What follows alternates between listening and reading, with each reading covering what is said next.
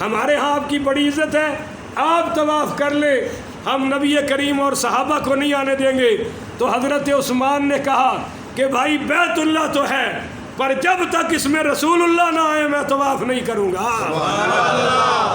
بولو میں طواف.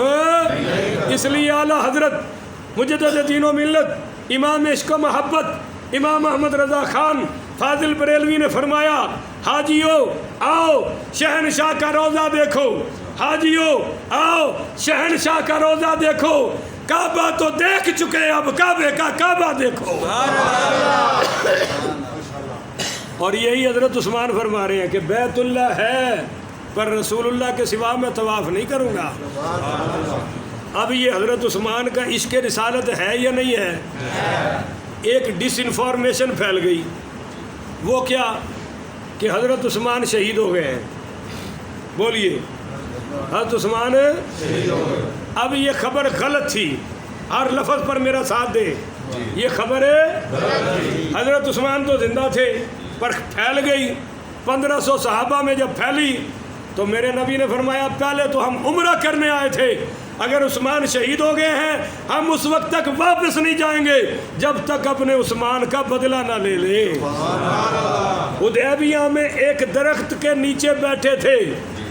بولو کہاں بیٹھے تھے؟ فرمایا حضور نے آؤ میرے ہاتھ پہ بیعت کرو, آؤ میرے ہاتھ پہ بیعت کریں. صحابہ نے بیعت کی. اب توجہ سے سمجھنا, جب بیعت کی تو اللہ نے پھر اس بیعت کو قرآن بنا دیا.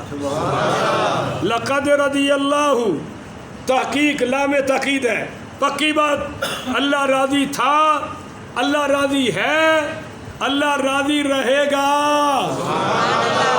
ہمیں پورا ایران بھونک بھونک کے مر جائے, اللہ راضی تھا, اللہ راضی ہے. اور زور سے بولو اللہ راضی. لقد رضی اللہ عن المؤمنین, ان مومنین سے, اذ یبایعونک تحت الشجرہ, جو درخت کے نیچے آپ کے دستہائے مبارک پہ بیعت کر رہے تھے.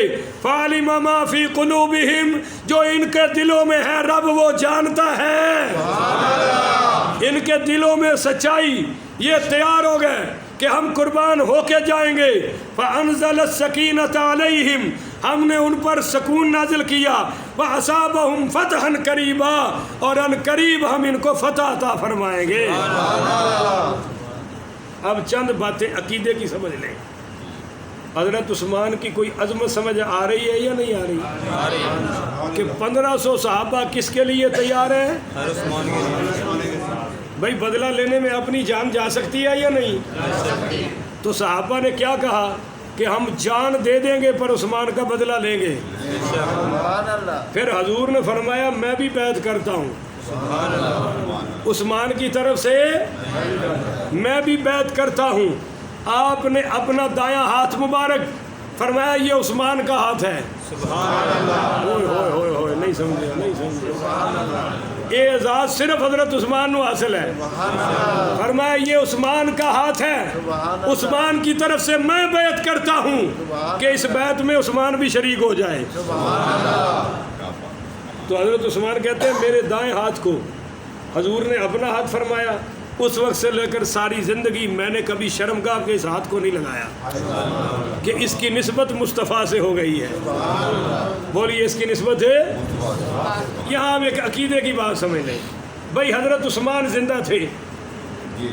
بولیے حضرت عثمان.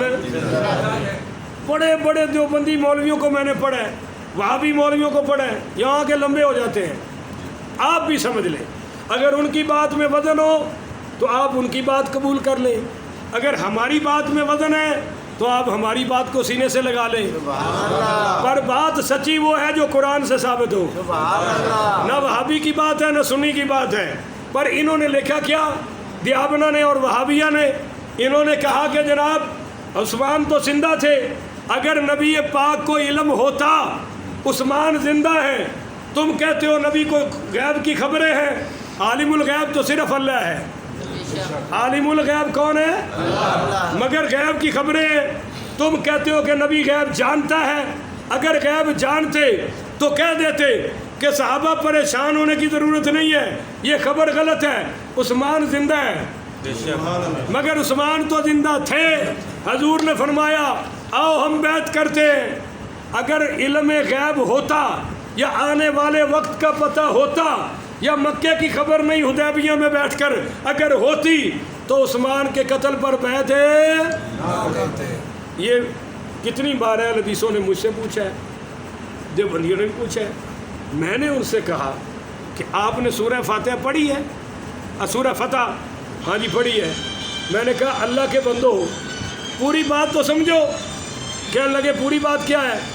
میں نے کہا میں تمہیں بتاتا ہوں کہ پوری بات کیا ہے، توجہ، جزاک اللہ، بڑی توجہ۔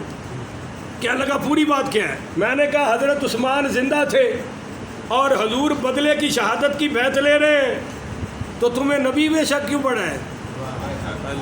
نہیں سمجھے؟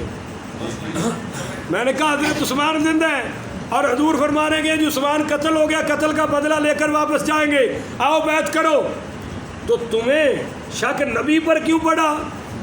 کہنے لگا جی اور کس پہ پڑے؟ میں نے کہا ہمت ہے تو اللہ پہ بھی کر۔ نہیں سمجھے؟ اللہ پہ بھی کر۔ کہنے لگا وہ کیوں؟ میں نے کہا اللہ نے بھی تو کہا ہے کہ میرے محبوب یہ جو آپ کے ہاتھ پر بیعت کر رہے ہیں، ید اللہ فوق ایدیہم، ان کے ہاتھوں پر اللہ کا ہاتھ ہے، نیچے آپ کا ہاتھ ہے اور اوپر اللہ کا نہیں، نیچے آپ کا ہاتھ ہے، اوپر صحابہ کا ہاتھ ہے اور صحابہ کے اوپر ید اللہ فوق ایدیہم۔ آپ بھی بیعت کر رہے ہیں، صحابہ بھی بیعت کر رہے ہیں، اے نبی عثمان کی خاطر رب بھی بیعت کر رہا ہے۔ جدو نبی نے بیعت کی تھی تو شک پہ گیا کہ نبی نو پتہ نہیں کہ عثمان زندہ ہے۔